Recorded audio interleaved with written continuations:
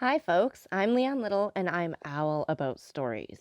I read them, write them, watch them, anything with a story. I absolutely love it. I especially love sharing them with other people, and what better way is there to start than with the classics? They're classics for a reason, right? They're amazing stories and absolutely timeless. Don't forget to hit up all those fancy buttons. Like, subscribe, follow, share, whatever you need to do. But most importantly, don't be afraid to reach out. I'd love to connect with you, so feel free to leave comments as you'd like, or you can even follow me over on my Buy Me a Coffee page, leannelittle.com, to message directly. So let's continue on with The Count of Monte Cristo by Alexandre Dumas. Chapter 78. We hear from Yanina. If Valentine could have seen the trembling step and agitated countenance of Franz when he quitted the chamber of Monsieur Noirtier, even she would have been constrained to pity him.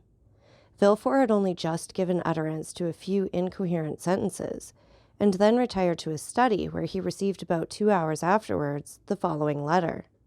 After all the disclosures which were made this morning, Monsieur Noirtier de Villefort must see the utter impossibility of any alliance being formed between his family and that of Monsieur Franz d'Épinay. Monsieur d'Épinay must say that he is shocked and astonished that Monsieur de Villefort, who appeared to be aware of all the circumstances detailed this morning, should not have anticipated him in this announcement. No one who had seen the magistrate at this moment, so thoroughly unnerved by the recent inauspicious combination of circumstances, would have supposed for an instant that he had anticipated the annoyance, although it certainly never had occurred to him that his father would carry candor, or rather rudeness, so far as to relate such a history. And in justice to Villefort, it must be understood that Monsieur Noirtier, who never cared for the opinion of his son on any subject, had always omitted to explain the affair to Villefort, so that he had all his life entertained the belief that General de Quesnel, or the Baron d'Épinay, as he was alternately styled according as the speaker wished to identify him by his own family name, or by the title which had been conferred on him, fell victim of assassination, and not that he was killed fairly in a duel. This harsh letter, coming as it did from a man generally so polite and respectful, struck a mortal blow at the pride of Villefort. Hardly had he read the letter when his wife entered. The sudden departure of Franz, after being summoned by Monsieur Noirtier, had so much astonished everyone that the position of Madame de Villefort, left alone with the notary and the witnesses, became every moment more embarrassing. Determined to bear it no longer, she arose and left the room, saying she would go and make some inquiries into the cause of his sudden disappearance. Monsieur de Villefort's communications on the subject were very limited and concise. He told her, in fact, that an explanation had taken place between Monsieur Noirtier, Monsieur d'Épinay, and himself, and that the marriage of Valentine and Franz would consequently be broken off. This was an awkward and unpleasant thing to have to report to those who were waiting. She therefore contented herself with saying that Monsieur Noirtier, having at the commencement of the discussion been attacked by a sort of apoplectic fit, the affair would necessarily be deferred for some days longer. This news, false as it was following so singularly in the train of two similar misfortunes, which had so recently occurred, evidently astonished the auditors, and they retired without a word. During this time, Valentine, at once terrified and happy, after having embraced and thanked the feeble old man for thus breaking with a single blow the chain which she had been accustomed to consider irrefragable, asked leave to retire to her own room in order to recover her composure. Noirtier looked the permission which she solicited, but instead of going to her own room, Valentine, having once gained her liberty, entered the gallery, and opening a small door at the end of it, found herself at once in the garden.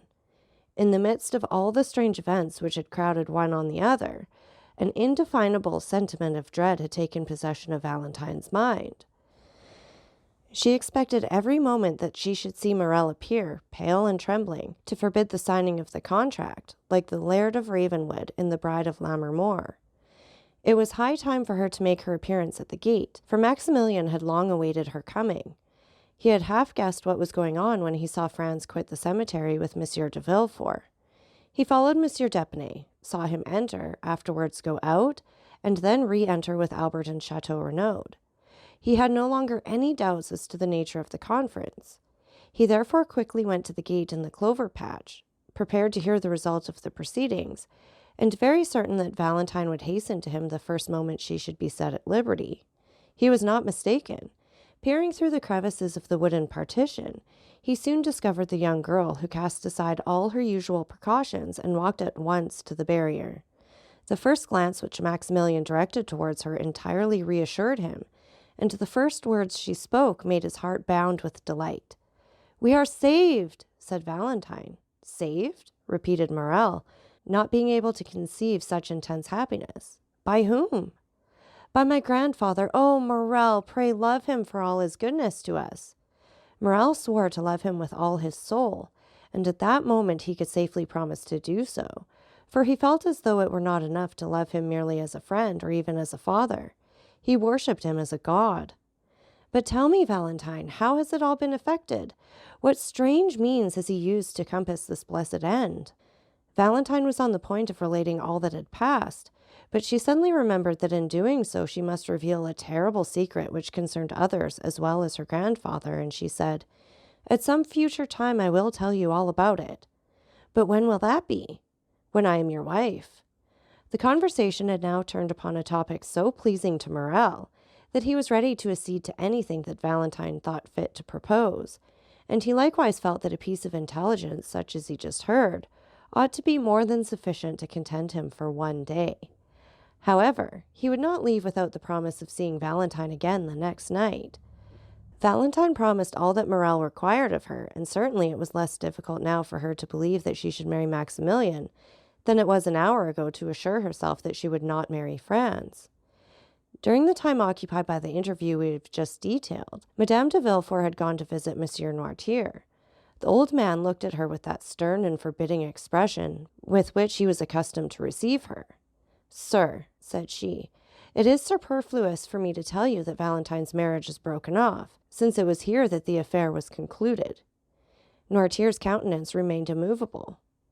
"But one thing I can tell you, of which I do not think you are aware, that is, that I have always been opposed to this marriage, and that the contract was entered into entirely without my consent or approbation." Noirtier regarded his daughter-in-law with the look of a man desiring an explanation. "Now that this marriage, which I know you so much disliked, is done away with, I come to you on an errand which neither Monsieur de Villefort nor Valentine could consistently undertake." Noirtier's eyes demanded the nature of her mission. "I come to entreat you, sir," continued Madame de Villefort, "as the only one who has the right of doing so, inasmuch as I am the only one who will receive no personal benefit from the transaction. I come to entreat you to restore, not your love, for that she has always possessed, but to restore your fortune to your granddaughter." There was a doubtful expression in Noirtier's eyes. He was evidently trying to discover the motive of this proceeding, and he could not succeed in doing so. "May I hope, sir," said Madame de Villefort, "that your intentions accord with my request?" Noirtier made a sign that they did. "In that case, sir," rejoined Madame de Villefort, "I will leave you overwhelmed with gratitude and happiness at your prompt acquiescence to my wishes."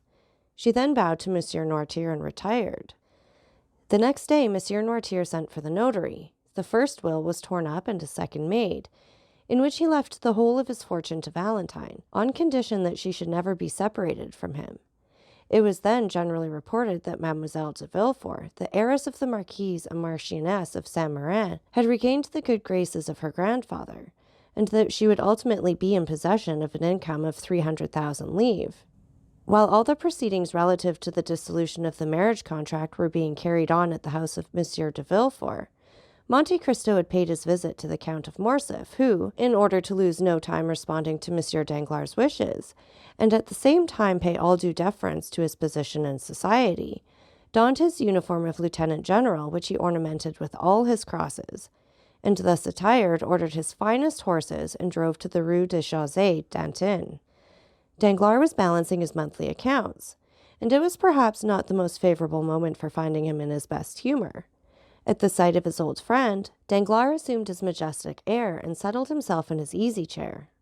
Morcerf, usually so stiff and formal, accosted the banker in an affable and smiling manner, and feeling sure that the overture he was about to make would be well received, he did not consider it necessary to adopt any maneuvers in order to gain his end, but went at once straight to the point. "Well, Baron," said he, Here I am at last. Some time has elapsed since our plans were formed, and they are not yet executed." Morcerf paused at these words, quietly waiting till the cloud should have dispersed which had gathered on the brow of Danglars, and which he attributed to his silence, but on the contrary, to his great surprise, it grew darker and darker. "To what do you allude, monsieur?" said Danglars, as if he were trying in vain to guess at the possible meaning of the general's words. "Ah," said Morcerf, "I see you are a stickler for forms, my dear sir, and you would remind me that the ceremonial rites should not be omitted. Ma foi, I beg your pardon. But as I have but one son, and it is the first time I have ever thought of marrying him, I am still serving my apprenticeship, you know. Come, I will reform."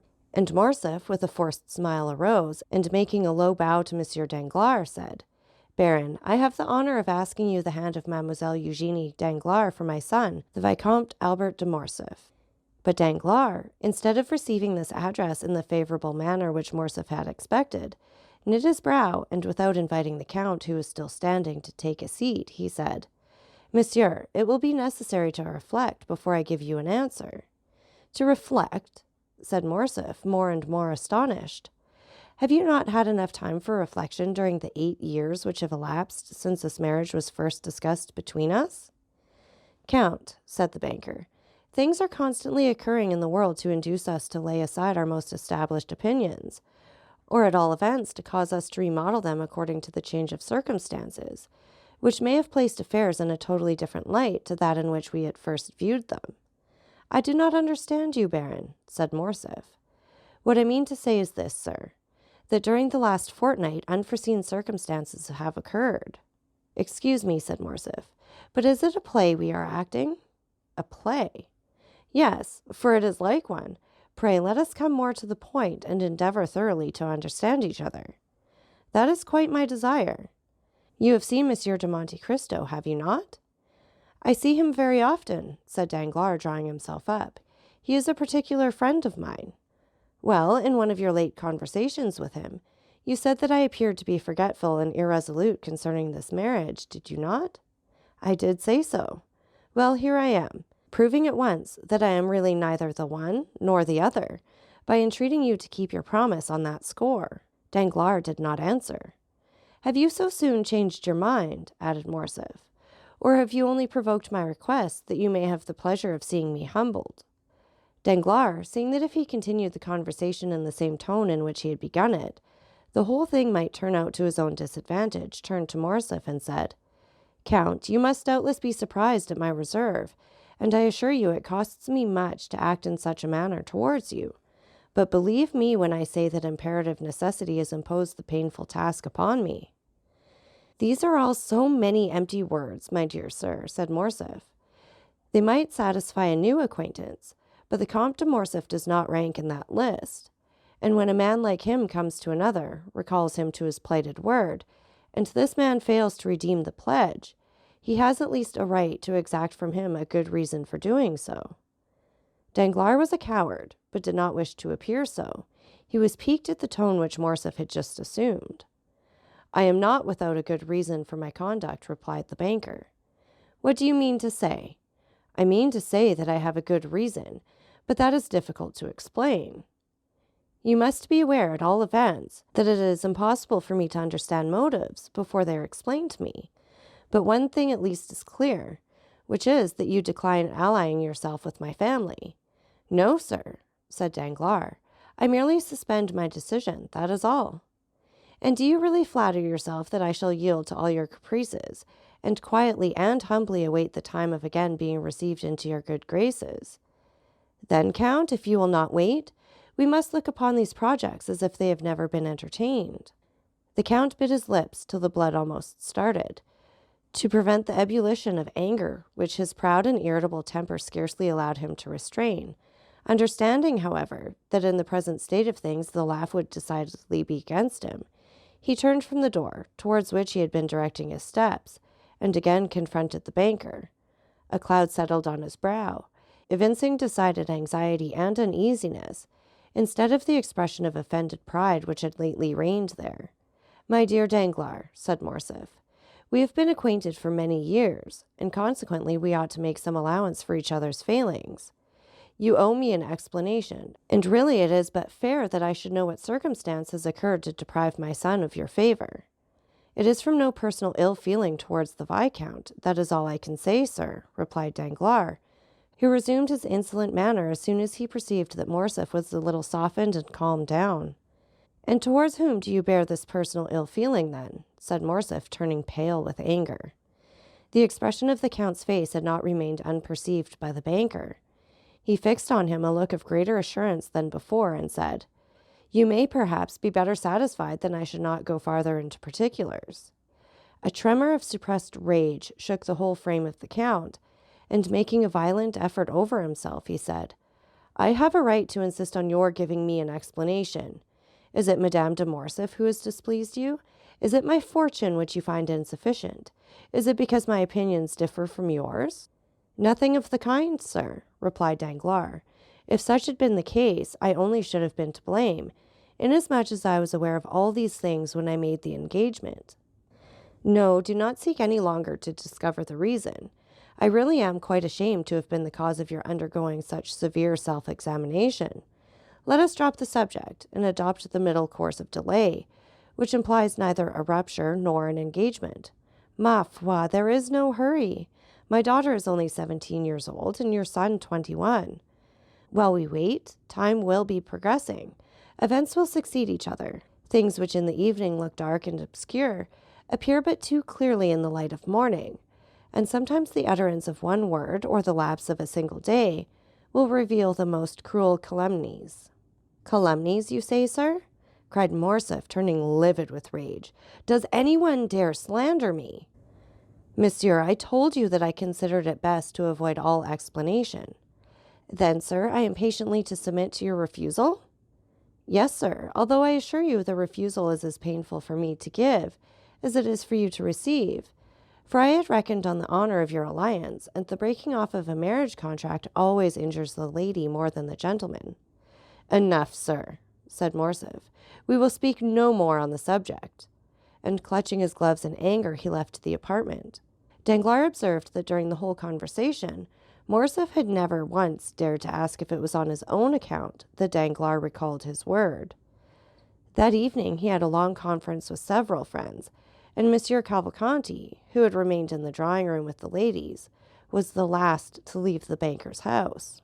The next morning, as soon as he awoke, Danglars asked for the newspapers. They were brought to him. He laid aside 3 or 4, and at last fixed on L'Impartial, the paper of which Beauchamp was the chief editor. He hastily tore off the cover and opened the journal with nervous precipitation, passing contemptuously over the Paris jottings and arriving at the miscellaneous intelligence, stopped with a malicious smile, and at a paragraph headed, "We hear from Yanina." "Very good," observed Danglars after having read the paragraph. "Here is a little article on Colonel Fernand, which, if I am not mistaken, would render the explanation which the Comte de Morcerf required of me perfectly unnecessary." At the same moment, that is at 9 o'clock in the morning, Albert de Morcerf, dressed in a black coat buttoned up to his chin, might have been seen walking with a quick and agitated step in the direction of Monte Cristo's house in the Champs-Élysées. When he presented himself at the gate, the porter informed him that the Count had gone out about half an hour previously. "Did he take Baptistin with him?" "No, my lord." "Call him, then. I wish to speak to him." The concierge went to seek the valet de chambre and returned with him in an instant. "My good friend," said Albert, "I beg pardon for my intrusion, but I was anxious to know from your own mouth if your master was really out or not." "He is really out, sir," replied Baptistin. "Out, even to me? I know how happy my master always is to receive the Vicomte," said Baptistin, "and I should therefore never think of including him in any general order." "You are right, and now I wish to see him on an affair of great importance. Do you think it will be long before he comes in?" "No, I think not, for he ordered his breakfast at 10 o'clock. "Well, I will go and take a turn in the Champs-Élysées, and at 10 o'clock I will return here. Meanwhile, if the Count should come in, will you beg him not to go out again without seeing me?" "You may depend on my doing so, sir," said Baptistin. Albert left the cab in which he had come at the Count's door, intending to take a turn on foot. As he was passing the Allée des Veuves, he thought he saw the Count's horses standing at Gosset's shooting gallery. He approached and soon recognized the coachman. "Is the Count shooting in the gallery?" said Morcerf. "Yes, sir," replied the coachman. While he was speaking, Albert had heard the report of 2 or 3 pistol shots. He entered, and on his way met the waiter. "Excuse me, my lord," said the lad, "but will you have the kindness to wait a moment?" "What for, Philip?" asked Albert, who, being a constant visitor there, did not understand this opposition to his entrance. "Because the person who is now in the gallery prefers being alone, and never practices in the presence of anyone." "Not even before you, Philip? Then who loads his pistol?" "His servant." "A Nubian?" "A Negro." "It is he, then. Do you know this gentleman?" "Yes, and I am come to look for him. He is a friend of mine." "Oh, that is quite another thing, then. I will go immediately and inform him of your arrival." And Philip, urged by his own curiosity, entered the gallery. A second afterwards, Monte Cristo appeared on the threshold. "I ask your pardon, my dear Count," said Albert, "for following you here, and I must first tell you it was not the fault of your servants that I did so. I alone am to blame for the indiscretion. I went to your house, and they told me you were out, but that they expected you home at 10 o'clock to breakfast. I was walking about in order to pass away the time till 10 o'clock, when I caught sight of your carriage and horses. What you have just said induces me to hope that you intend breakfasting with me." "No, thank you. I am thinking of other things besides breakfast just now. Perhaps we may take that meal at a later hour and in worse company." "What on earth are you talking of?" "I am to fight today." "For what?" "For the sake of fighting."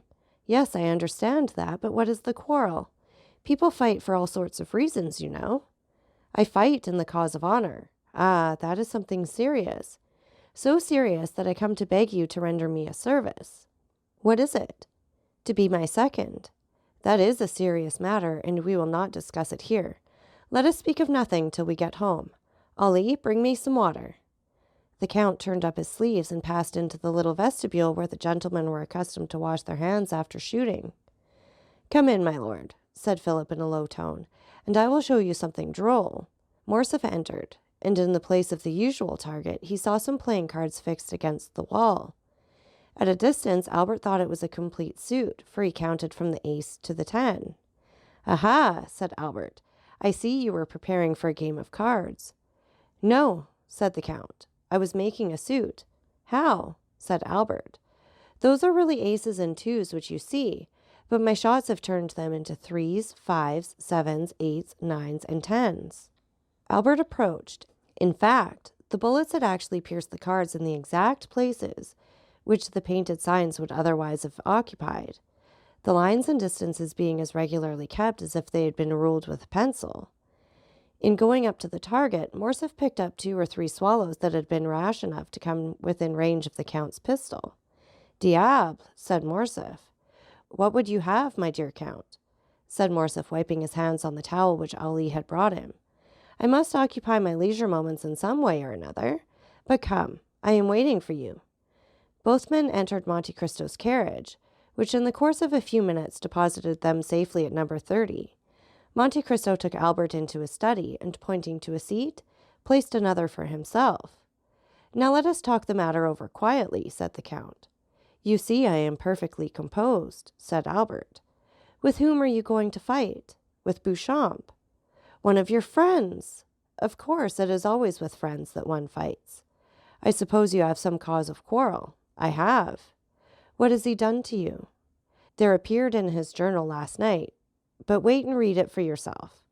And Albert handed over the paper to the Count, who read as follows. "A correspondent at Yanina informs us of a fact which until now we had remained in ignorance. The castle which formed the protection of the town was given up to the Turks by a French officer named Fernand, in whom the Grand Vizier, Ali Tepelini, had reposed the greatest confidence." "Well," said Monte Cristo, "what do you see in that to annoy you?" "What do I see in it?" "Yes. What does it signify to you if the castle of Yanina was given up by a French officer?" "It signifies to my father, the Count of Morcerf, whose Christian name is Fernand." "Did your father serve under Ali Pasha?" "Yes, that is to say, he fought for the independence of the Greeks, and hence arises the calumny." "Oh, my dear Viscount, do talk reason." I do not desire to do otherwise. Now, just tell me who the devil should know in France that the officer Fernand and the Count of Morcerf are one and the same person. And who cares now about Yanina, which was taken as long ago as the year 1822 or 1823? That just shows the meanness of this slander. They have allowed all this time to elapse, and then all of a sudden rake up events which have been forgotten to furnish the materials for scandal, in order to tarnish the luster of our high position.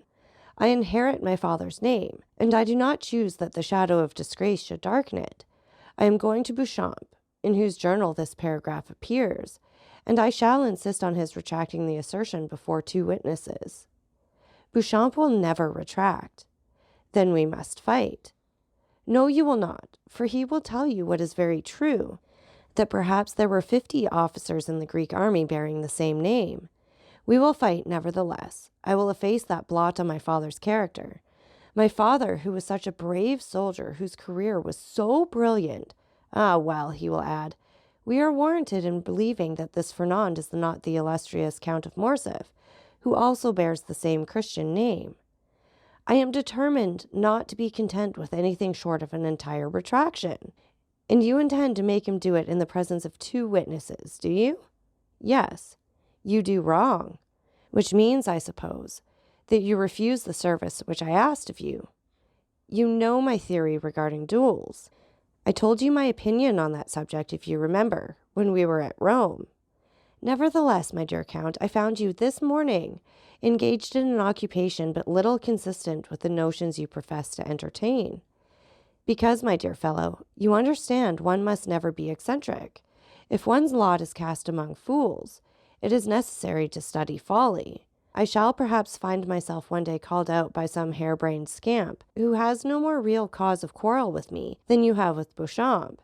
He may take me to task for some foolish trifle or other. He will bring his witnesses, or will insult me in some public place, and I am expected to kill him for all that. You admit that you would fight then? Well, if so, why do you object to my doing so? I do not say that you ought not to fight. I only say that a duel is a serious thing, and ought not to be undertaken without due reflection. Did he reflect before he insulted my father?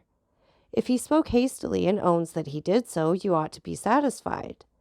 Ah, my dear Count, you are far too indulgent, and you are far too exacting. Supposing, for instance, and do not be angry at what I'm going to say, well, supposing the assertion to be really true, a son ought not to submit to such a stain on his father's honor. We live in times when there is much to which we must submit. That is precisely the fault of the age, and you undertake to reform it. Yes, as far as I am personally concerned. Well, you are indeed exacting, my dear fellow. Yes, I own it. Are you quite impervious to good advice? Not when it comes from a friend. And do you account me that title? I certainly do. Well then, before going to Beauchamp with your witnesses, seek further information on the subject. From whom? From Haydée. From Haydée. Why, what can be the use of mixing up a woman in the affair? What can she do in it? She can declare to you, for example, that your father had no hand whatever in the defeat and death of the vizier, or if by chance he had, indeed, the misfortune to— I have told you, my dear Count, that I would not for one moment admit of such a proposition.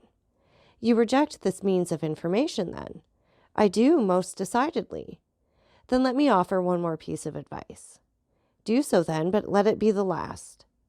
You do not wish to hear it, perhaps. On the contrary, I request it. Do not take any witnesses with you when you go to Beauchamp. Visit him alone. That would be contrary to all custom. Your case is not an ordinary one. And what is your reason for advising me to go alone? Because then the affair will rest between you and Beauchamp. Explain yourself. I will do so. If Beauchamp be disposed to retract, you ought to at least give him the opportunity of doing it of his own free will. The satisfaction to you will be the same. If, on the contrary, he refuses to do so, it will then be quite time enough to admit 2 strangers into your secret. They will not be strangers, they will be friends. But the friends of today are the enemies of tomorrow, Beauchamp, for instance. So you recommend— I recommend you to be prudent. Then you advise me to go alone to Beauchamp. I do, and I will tell you why. When you wish to obtain some concession from a man's self-love, you must avoid even the appearance of wishing to wound it. I believe you are right. I'm glad of it. Then I will go alone. Go. But you would do better still by not going at all. That is impossible. Do so then. It will be a wiser plan than the first which you proposed. But if, in spite of all my precautions, I am at last obliged to fight, will you not be my second? My dear Viscount, said Monte Cristo gravely, you must have seen before today that at all times and in all places I have been at your disposal. But the service which you have just demanded of me is one which it is out of my power to render to you. Why? Perhaps you may know at some future period, and in the meantime I request you to excuse my declining to put you in possession of my reasons. Well, I will have France and Chateau Renaud. They will be the very men for it. Do so then. But if I do fight, you will surely not object to giving me a lesson or two in shooting and fencing. That, too, is impossible. What a singular being you are! You will not interfere in anything. You are right. That is the principle on which I wish to act.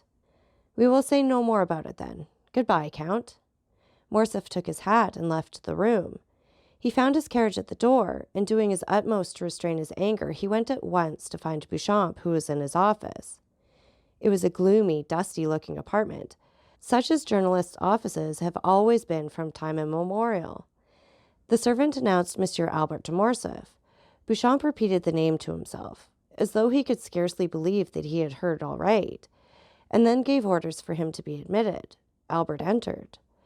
Beauchamp uttered an exclamation of surprise on seeing his friend leap over and trample underfoot all the newspapers which were strewed about the room. This way, my dear Albert," said he, holding out his hand to the young man. "Are you out of your senses, or do you come peaceably to take breakfast with me? Try and find a seat. There is one by that geranium, which is the only thing in the room to remind me that there are other leaves in the world besides leaves of paper." "Beauchamp," said Albert, "it is of your journal that I come to speak." "Indeed? What do you wish to say about it?" "I desire that a statement contained in it should be rectified." "To what do you refer? But pray sit down." "Thank you," said Albert with a cold and formal brow. "Will you now have the kindness to explain the nature of the statement which has displeased you?"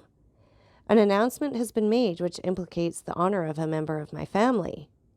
"What is it?" said Beauchamp, much surprised. "Surely you must be mistaken." "The story sent you from Yanina." "Yanina?"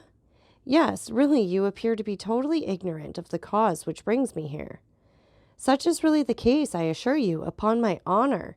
Baptiste, give me yesterday's paper," cried Beauchamp. "Here, I have brought mine with me," replied Albert. Beauchamp took the paper and read the article, to which Albert pointed in an undertone. "You see it is a serious annoyance," said Morcerf, when Beauchamp had finished the perusal of the paragraph. "Is the officer referred to a relation of yours, then?" demanded the journalist. "Yes," said Albert, blushing. "Well, what do you wish me to do for you?" said Beauchamp mildly. "My dear Beauchamp, I wish you to contradict this statement." Beauchamp looked at Albert with a benevolent expression.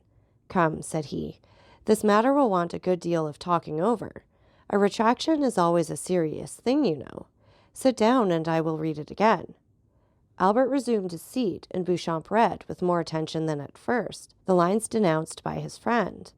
"Well," said Albert in a determined tone, "you see that your paper has insulted a member of my family, and I insist a retraction being made. You insist."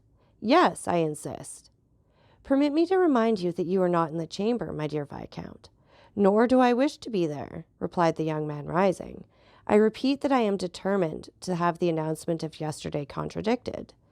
"You have known me long enough," continued Albert, biting his lips convulsively, for he saw that Beauchamp's anger was beginning to rise.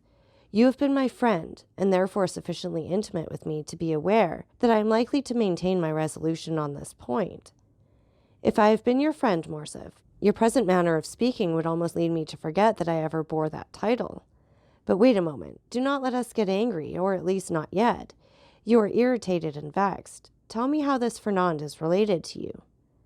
"He is merely my father," said Albert. "Monsieur Fernand Mondego, Count of Morcerf, an old soldier who has fought in 20 battles, and whose honorable scars they would denounce as badges of disgrace.